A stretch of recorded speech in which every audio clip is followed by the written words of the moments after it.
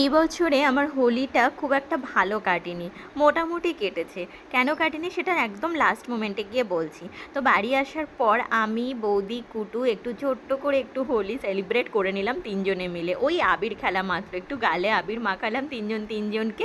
আর সত্যি কথা বলতে একটা প্রাণ আসছে বলে যে লাইফ থেকে সব এনজয়মেন্ট চলে যাবে সেটা তো নয়। আর হোলি খেলা মানে হচ্ছে একটু রঙের ছোঁয়া। জীবনে একটু রঙের ছোঁয়া না থাকলে কি সেই বছরের একটা দিন ভালো লাগে বলো?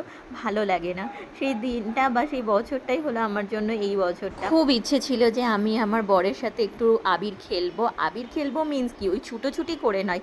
ও আমার গালে একটু দিল, আমি ওর গালে একটু দিলাম, ব্যাস এইটুকুনি। আর এর থেকে বেশি কিছু নয়, কারণ এই অবস্থায় তো কোনো দৌড়াদৌড়ি কিছু করতে পারবো না। কিন্তু এবছর আর আমার বরের সাথে আর একটু আবির খেলতে পারলাম না। আমি তো তার জন্য মনটা খুবই খারাপ, একটু খারাপ বলবো না, খুবই খারাপ।